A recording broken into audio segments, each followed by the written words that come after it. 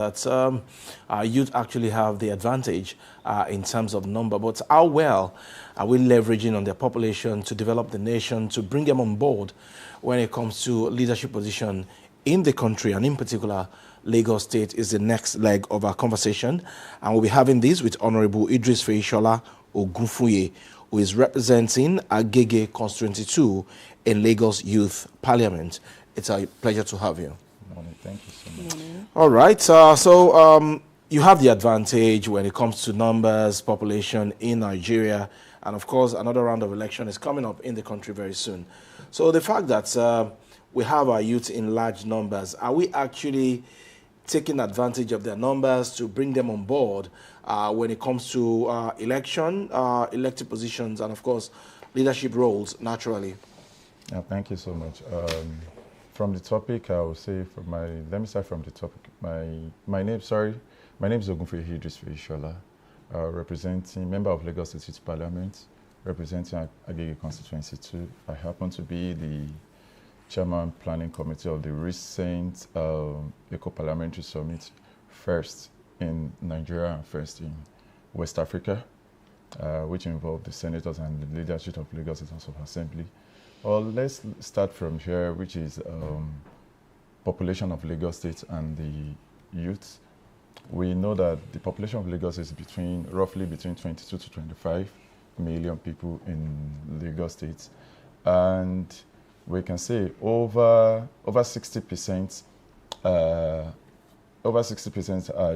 between the age of 35, which means we have the young people in Lagos that are over 35. The young people are over 60% in Lagos State, and the topic is that is Lagos State taking advantage of this population or not? So I'll say yes, and we have other areas as well that we can actually work on. In terms of recently, the Lagos State governor said something that's 4.5 million or 4.5 trillion naira from Lagos State from its GDP.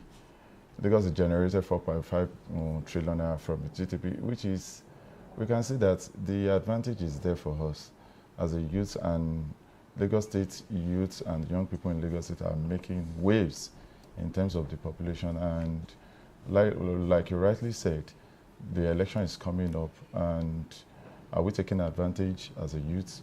Yes. For example, now, as a member of Lagos State Parliament, we have one of us and one of our third assembly in Lagos State, which is Honorable Dr. Seriki, is also vying for, he was a former speaker and is also a member elect, APC elect as a member of Koshofe Constituency 2. Member elect? Yeah, APC candidate. APC candidate, sorry. For Koshofe Constituency 2. It was being brought up and groomed by Lagos State Parliament through the Lagos State Ministry of Youth and Social Development. Let me just break into your thoughts there, Honorable Idris, and then come this way. Oftentimes, I like the way you went, on the Dr. Seriki's path there, because we know him well. A lot of times, young people always accuse the older generation of not giving them the opportunity. But then here you are saying you have the population, you have the numbers. So what are some of the things that you wish the older generations are allowing you do, so we can know that young people like yourself actually are ready for positions, not only in politics here now, but generally talking about young people and being positioned properly. So what are some of the mistakes that you think the older ones are making and not giving younger people like yourself the proper opportunity to prove yourselves beyond reasonable doubts that indeed you are capable? I wouldn't say the older people are not doing something right, because as a Yoruba person, we learn from the older people. Okay. We can't just drop from anywhere. We learn from them, but there is always room for improvement on whatever we are doing, which is opportunities are there for the young people. Okay. Such as we look at, for example, now the current deputy governor of Lagos State, Obafemi Hamzat, he came back to Nigeria and brought his own experience, which is useful to Lagos State now, which is oracle that Lagos State is using in its administrative work. And a whole lot of young people believe that if such opportunities are being given to us so that they can be able to thrive in line in governance, because there are so many positions now that are supposed to be youth-driven in Lagos State and some other parts of Nigeria, which we still have older people in that position. And we have some capable hands in the youth that can do even much more better. Like now, in the Lagos State House of Assembly, most of the things happening in Lagos State now are something that are affecting young people. And if there are policies, if youth are being given the opportunity to be majority, and I think the leadership of Lagos State now, if you look at the population of people that are elected, that are going to be in the next, after the election, that are going to be representing all the 40 constituencies, you will see that about 70% of them are youths now. So if they can be given more opportunities like that to make policies for the states and for young people, things are going to be much more better. And again, in the executive arms of Lagos State, if young people are being given, if we have like 50 or 60% between the executive, so decisions can be made. Not making decision for the youth, but the youth being on the table, on the board as well to make decisions. This is what we actually want. Not what, they are supposed to get is different from this is what we want. So how are you pushing yourselves out there to make, them know that indeed young people are capable? Because here you are saying that 60% of young people can actually be in governance. But are you positioning yourselves? Are you putting yourselves there in their faces and, doing things that will actually make them know that, okay, if we put things in your hand, if we give you these things, then we can go to sleep? Okay. Yeah, thank you. There are lots of things we've started doing. For example, I'll pick it from the angle of Lagos City Parliament. Okay.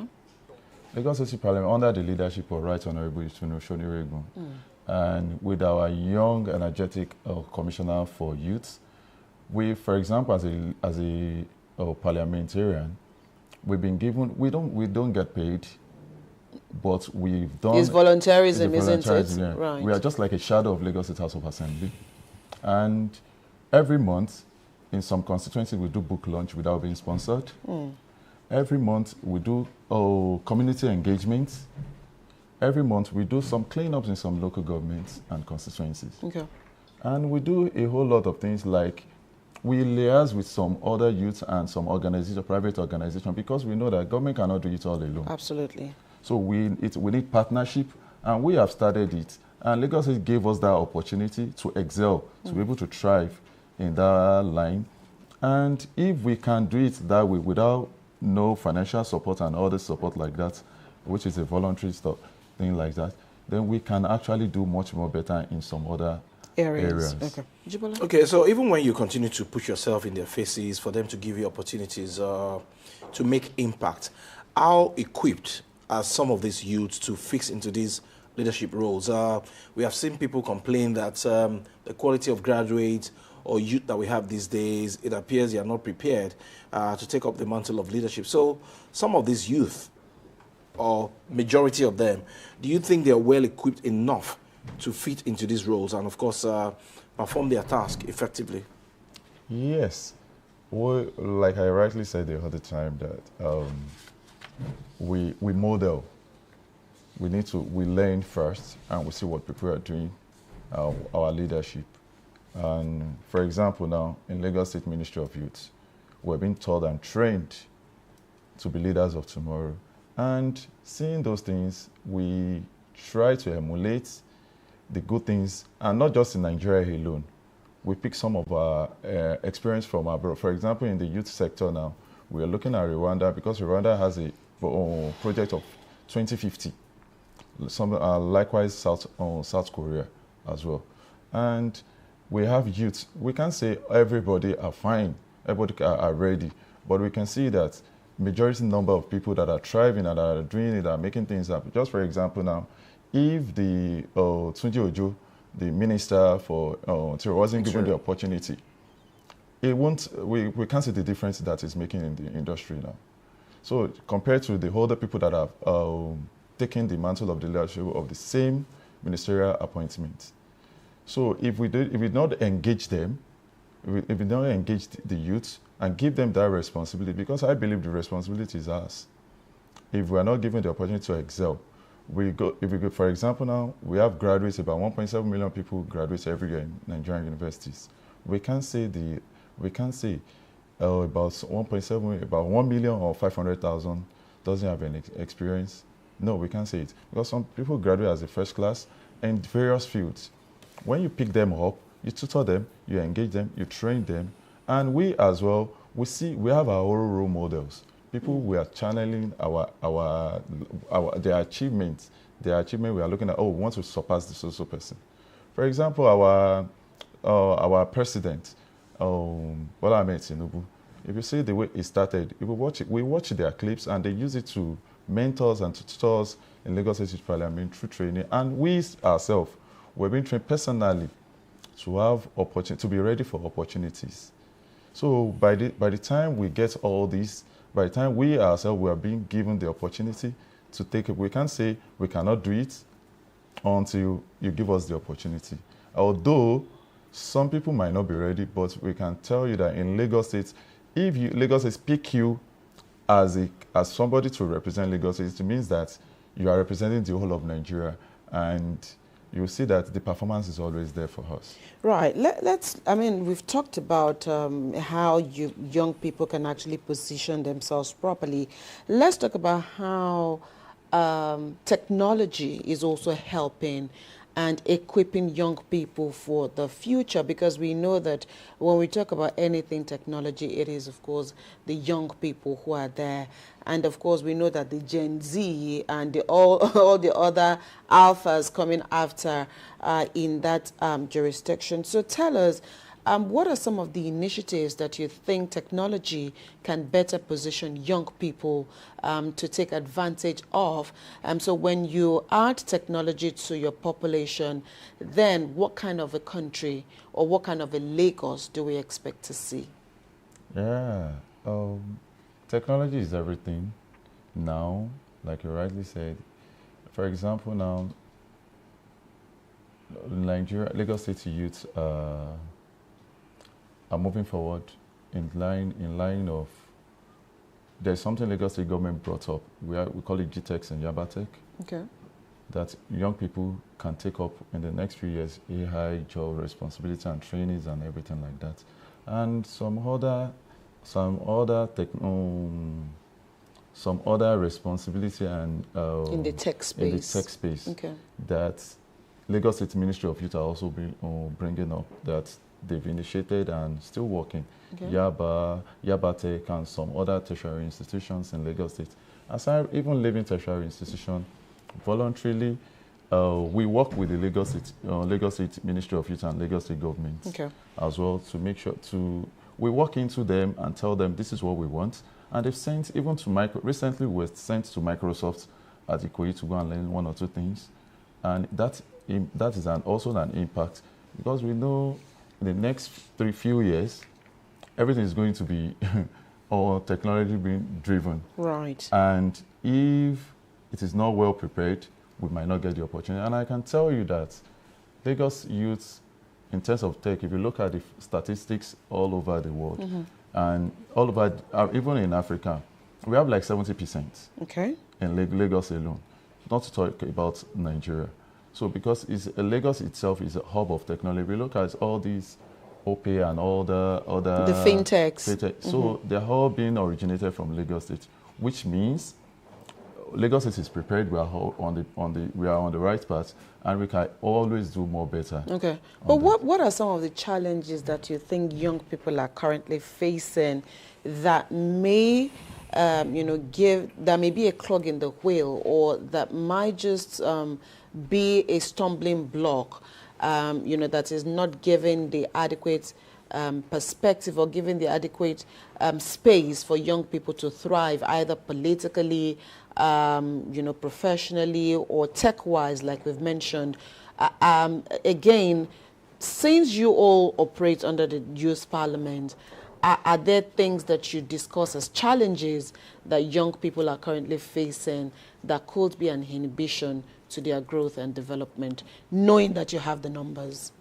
Yes, we have a whole lot of challenges. Okay, please tell us some of the challenges. Some of the challenges, we are losing more youths in Lagos State and Nigeria to other countries. Okay, through, is that with the Japa syndrome? It's Japa syndrome. Okay. And for example, last year, recently, the estimate we got about 4,000 doctors, youth, they're all youths. They relocated abroad for a better life. And like I said earlier, Lagos State Governor Sanwo-Olu said something that they are making like 4.5 trillion naira from young people in Nigeria through their youth-driven opportunities and innovations. But bringing that back, I don't think making money needs to be brought back to the youth that are producing such amount of money, which is they need to create something like youth hub. Okay. Youth hub in terms like we have something like this thing in Yaba, US. but don't we have the Silicon Valley of Lagos? Valley is that not Lagos. in Yaba as well? If you look at the standard of people still don't trust the process that, okay, something like this is happening. What if something comes up? Like sending a proposal now, you make it something, is it safe? Are you going to be called to defend that? Is it going to be beneficial to you? Okay. So people, they still need trust, to build trust. A whole lot of people have ideas. For example, we have a youth parliament, we have something we are working on, some policies. And by the time we plan to present it to the Lagos State House of Assembly. Okay. If that is like creating a commission, ministry on its own for youth. If that is accepted, it's going to drastically help and bring youth out of any disadvantage in Lagos State.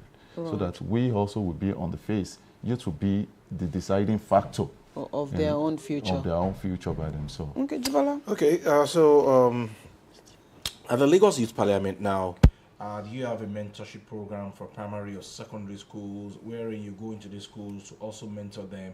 The same way people are mentored to become what you have become today. Yes, we've done it under the leadership of our Right Honorable Speaker Shoniregu. We've done it. We've done that to Agege, Government College Agege. We've done that to some constituency, like about 20 constituency in Lagos State. And before our tenure, we'll continue to do that. And some are even saying they want to be part of it, but we are just making them to know that the challenge ahead is not something that is rosy like that, because we are just a shadow under Lagos State House of Assembly, and we are limited to some certain things we need to do. And we go to schools, and not just to make them to understand. We have engagement with them on drug abuse and some other stuff like that. We want them to know that these are the consequences of taking such decision in terms of drug abuse, and we want them to understand that, look, there's future for everyone. Because the way Nigerian youth, and most especially in Lagos, education is becoming something that is fainting for the young ones, most especially in primary and secondary schools. So we are trying to put them back on the track, and that is why we have a project we are coming up, which is constituency program for all the 40 honorables, so that we engage with their constituencies and to also work with the leadership of the constituency, which is the person representing us from Lagos House of Assembly, through the support of the Speaker as well. Okay, yeah, so I'm just following up on what you've said now and going back to part of your community engagement. And so if you'd like to name a community that you've impacted so well, and looking back at the outcome of that community engagement, can you take us through that success story, a community that you visited, you impacted, you gave your time, your attention into that community, and you can look back at that community and you're proud of what you've done in terms of identifying and equipping young people in that community? Yeah, I'll first of all say Lagos Island, Constituency 1. We normally do a monthly book launch. It's a book launch, but we delve into other areas as well. Okay. To get them aware, to get hold on the young people there. And another one is Apapa as well. Okay. Yeah, through our Honorable Agege, Daniel Agege is the one representing the constituency.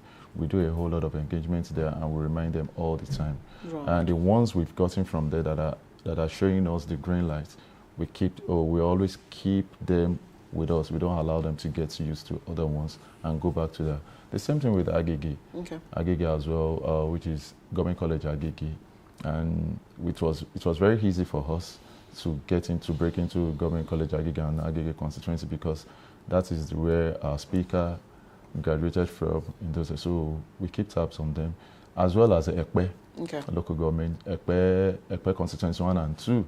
Can tell you from Ekpe girls, and I can tell you Government College kids to Ekpe, okay, Ekpe Grammar School.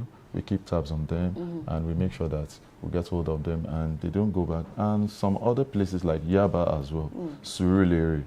And we make use of Surulere all the time with the youth center built by Honorable Femi Gbajabiamila, and that is where we do our meetings. And we try to create a competition sometimes among these youths, like a spelling bee, to bring them together. While we are doing that program, we make sure that we use it to send another message to them, all the time. All right, we are in the era of politics, and the 2027 elections is just around the corner. How are you also using this platform to mobilize young people to participate in political activities, not necessarily for any political party? Yeah, I would say this is an era of the youths. Okay. Now, it's a matter of, I remember in youth parliament, it's a negotiation now. That we need a certain percentage of youth in the governance, okay, from all political parties. Okay, to fill positions. To fill positions. And I can tell you that Lagos State government yielded to some of our requests. Okay. And the last primary election held, we know APC is the one. It's fine, you can go ahead. So, like now, the last Lagos State House of Assembly primary election held in Lagos State, we can see that the youths that are there are like 65% or 70%. Okay. Now, that is part of our strategy. And essays, we are pushing for essays now. People that will be special advisor to the governor, at least we are pushing for 85% should be youth as well.